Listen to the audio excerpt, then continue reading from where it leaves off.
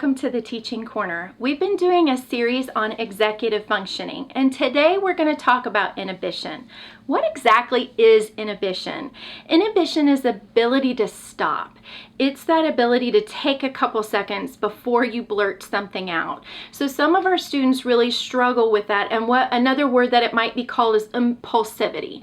So, they see something that they want on the teacher's desk, and instead of waiting for instructions, they just grab it.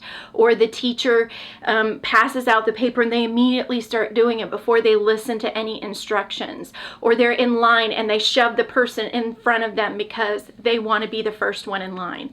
So how can we help our students if they have these difficulties with inhibition?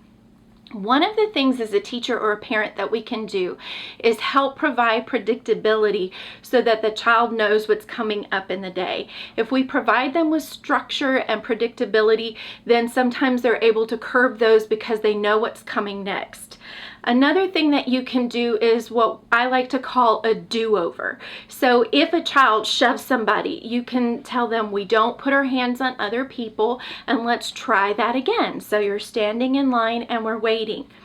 Something that you can do too for a child is to clearly lay out expectations. So if you're a teacher or a parent and you purchase a new toy or a new game and someone else is going to play with it, you can set a timer and say, Johnny is going to play with this for 10 minutes, and then it will be your turn to play with it for 10 minutes, and then we're going to put it away. So there's clear expectations, and they know exactly how long it is that they're going to have to wait, and they can see that timer counting down, so that is a visual cue for them to keep their hands off of it until it's their turn.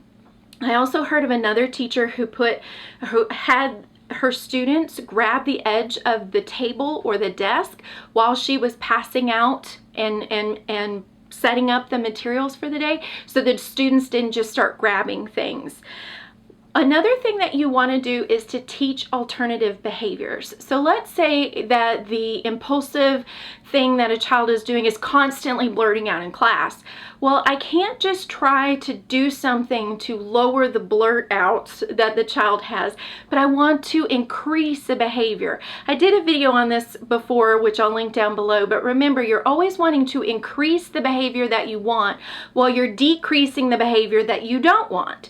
So if I want him to raise his hand, then I've got to set up a system where he gets rewarded for every time that he raises his hand. And then, maybe if he raises his hand 5 times in a class period, he gets a sticker or some kind of, we want to make that the positive thing, that he gets noticed for raising his hand. Even if the teacher doesn't call on him every time he raises his hand, because obviously there's a classroom full of students, you have to call on other students.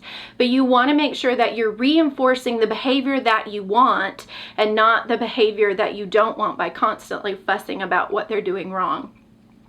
So I hope that was helpful. If it was, please like, share, and subscribe, and I'll see you later. Bye!